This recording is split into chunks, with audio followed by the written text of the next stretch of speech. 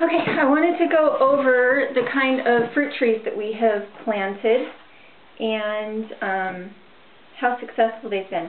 In our last home, the trees that we planted were, we planted 2 seedling peaches, and they were just from somebody that had started them from pits. And one that they're bearing now, and they bear really, really heavily even after a bad frost. After a bad spring frost. One of them has really small fruit that is kind of, it doesn't ripen correctly, and the other one grows normal sized peaches and it tastes like peaches. So that's how it is with seedlings, you just never really know. But we got them for, I don't even remember how much we got them for, it was like $30 a piece I think, just from some guy living up on the hill. And they're, let's see, 4 or 5 years old now, I think is how old those peach trees are. But they've been producing for more than just the last year. Anyway, and that was just in our backyard. We also planted 2 Manchurian apricot trees. And I have a neighbor across the street that grew apricots from pits, like from the grocery store. And she has one that is huge. It's as big as a maple tree, maybe bigger. And the fruit on that apricot is huge. It's almost as big as a peach, and it's the best apricot I've ever had. And she grew it from a seedling. And our other neighbor across the way has wild plums. They're incredible too, and they everywhere a pit falls, a tree grows, so they're really prolific. But we'll get back to, okay, in our backyard we had 2 apricot trees plus 2 elderberries and 2 aronias, plus Concord grapes that made it, and 1 cherry tree. The cherry tree we got from Territorial Gardens, and it's a Lapins cherry, and it's huge. It's got a trunk that's like that big around now, and it is so tall, and it's the same age, well, I think it's a year older than the peach tree, so it is like, it's 6 years old, because I planted it the same year I had my oldest daughter, and so it's 6 years old, and it is so tall. It must be 15 feet tall now, and it's huge, and it produces cherries every year, and it's fabulous. So Lapins cherry will grow in a zone 4. Sorry if I'm getting distracted. So when we moved here, the thing that I wanted to do was I wanted to create a windbreak that would work as a hedge, like a food hedge, to keep animals out, to keep my animals in, and to stop the wind, because we have wind farms here because our wind is really consistent and really strong. And I turned the stove up before I came in. Now I'm just about baking out.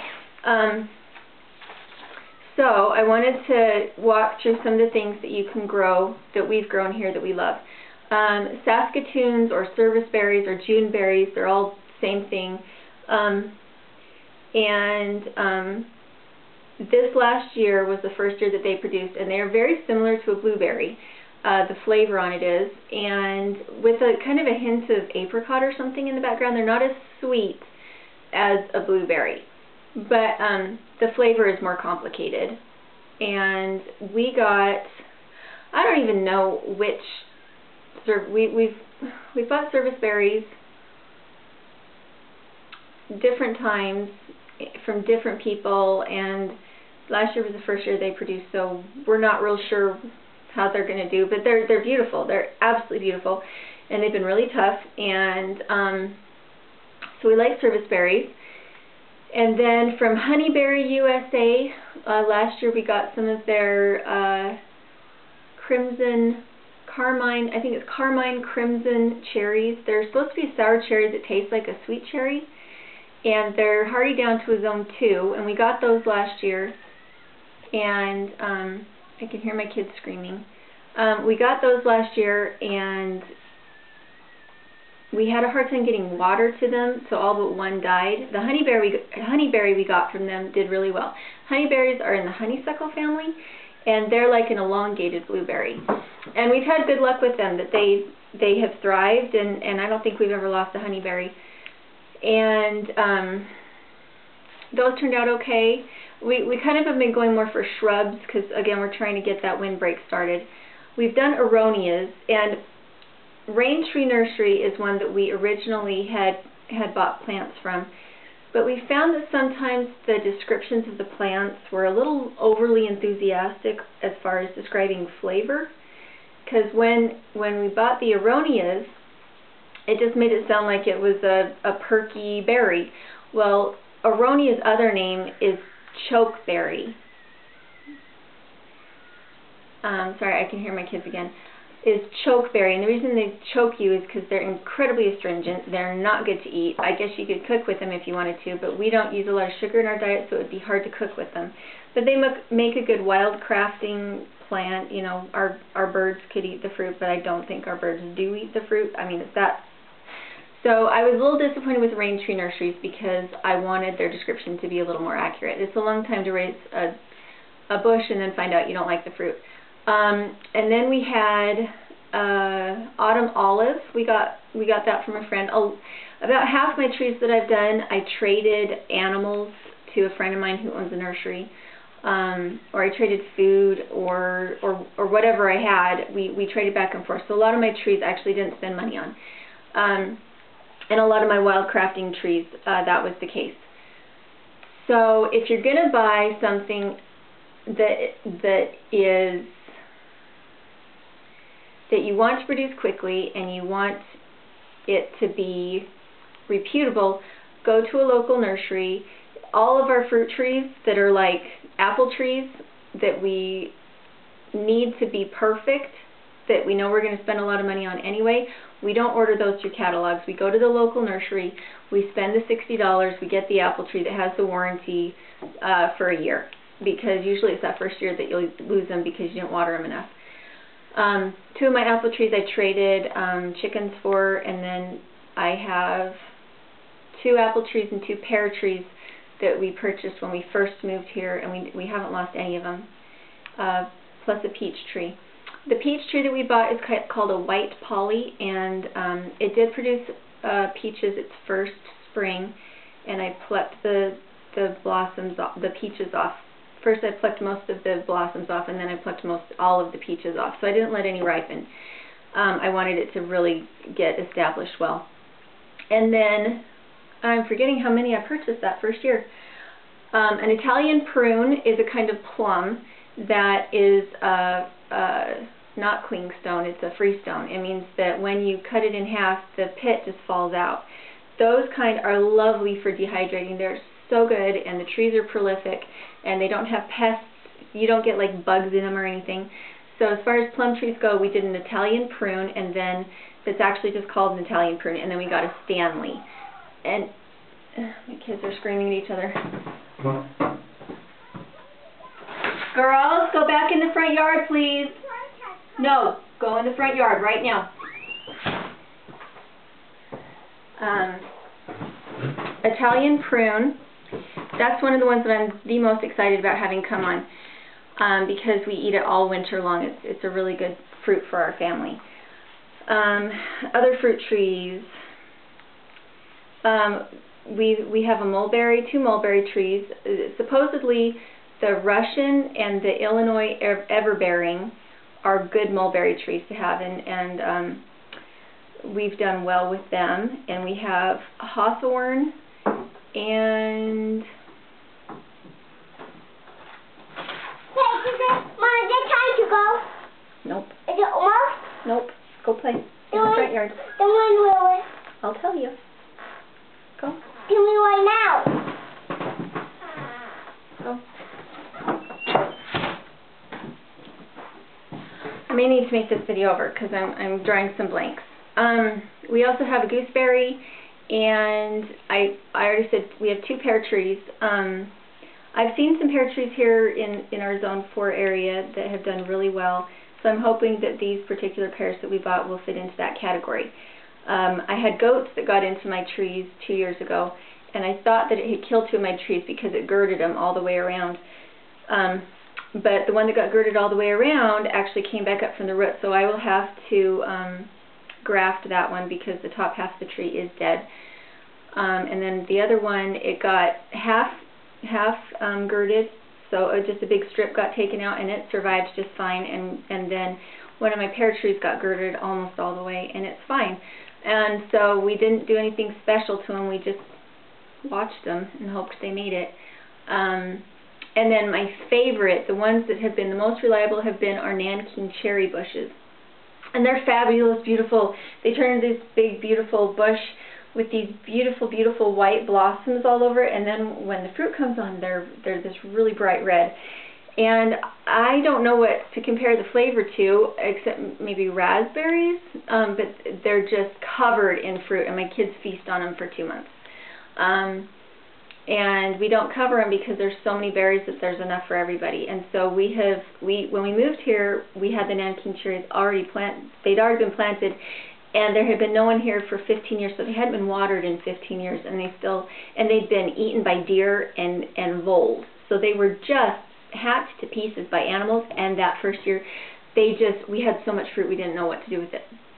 So we love Nanking cherries, and I'm trying to think if there's anything else that we've planted that we can get food out of. Grapes, we have Concord grapes. Other grapes don't seem to do so well here. My parents have some that are table grapes, but I like the Concords just fine. The flavor's really intense, and we really love them. We have tried Siberian pea shrub, and we did get pods on them this year. I didn't try to feed them to my chickens. It just didn't occur to me. But we love the Siberian pea shrub. They're really, really drought tolerant. And they're like a legume, so you can feed the branches to your goats and stuff, and the pods you can feed to your chickens. But they're not big enough yet that I can really say that how much can you feed them. I don't really know. I think the ones we have that we got 2 years ago are as tall as I am now, and they're starting to bush out and look really nice. And then everything else that we've planted has been a perennial, like horseradish and rhubarb. We did try to do Arctic kiwi. I don't suggest it because they're more delicate. Even though they can handle lower temperatures than like the hardy kiwi, they're just more delicate. And we've tried to plant them 3 times now, and they've never made it. But I have a friend who grew just a regular hardy type kiwi instead of the Arctic kiwi. The Arctic kiwi is called Kalamitka. That one we've tried it 3 times and it's never made it. But she did just a regular hardy kiwi, and I was at her house this last summer when I was getting some raspberry starts from her, and there was fruit on it, and I tried it, and it does. It tastes just like kiwi. It's just, it was just about that big, and you just eat it. You don't peel it. And that was fabulous, and it was obvious she hadn't really been taking care of it because it was kind of in a remote spot, but it was just thriving, and it was beautiful. We have raspberries. We just got starts from neighbors because I have bought and planted raspberries 3 times now. I don't know how many raspberry canes I've planted, but initially I just put them out in a spot where I could water them, and I thought they'd be fine, but they have not lived. So this year I put them in my mulch backyard that has this much mulch, and put rabbit manure all over them, and I know that I've never had anything die in my backyard, in my huge mulch backyard garden, and so I'm sure they'll make it this year. And she also gave me blackberries, and they do produce blackberries. They're not as prolific as the raspberries are because we don't have the sweltering, humid weather here, but they're beautiful. Trying to think if there's anything else that I'm forgetting. We've done sunchokes or Jerusalem artichokes, and trying to think, am I missing anything? We do edible rosehip bushes, so we do the really big rose hips from the wild roses, the Rosa rugosa, and those are pretty. And we did plant black walnuts and butternuts. Our one black walnut is doing pretty well. It didn't get watered all year, and I had heavy mulched around it. I was really surprised. I think I watered it like 4 times all year last year, and it's in the middle of this like desert area, and it was just fine. Our butternuts keep dying back, so either we need to replant them, which I don't want to do because they've been real babies. They just die back. They look so healthy, and they come up and they get big, and then it's the first frost and they're just black. So I'm really frustrated with them. If I do them again, I will put a greenhouse or something over them until they have been frosted a couple times so that they lose their leaves instead of dying all the way back to the ground.